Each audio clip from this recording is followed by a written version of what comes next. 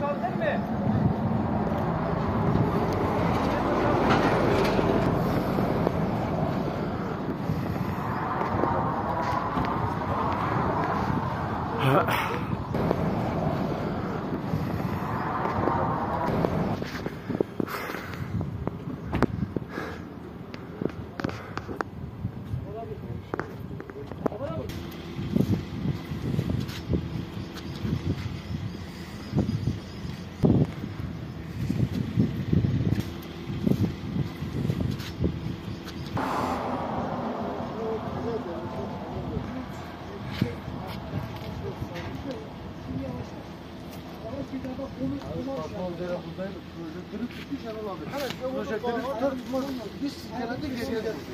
Ben hemen kaçtım dışarıdaki kapattım.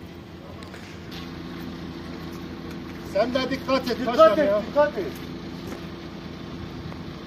Yaptı var mı? Küreği getirin orada toprağa mı koyalım? He. He.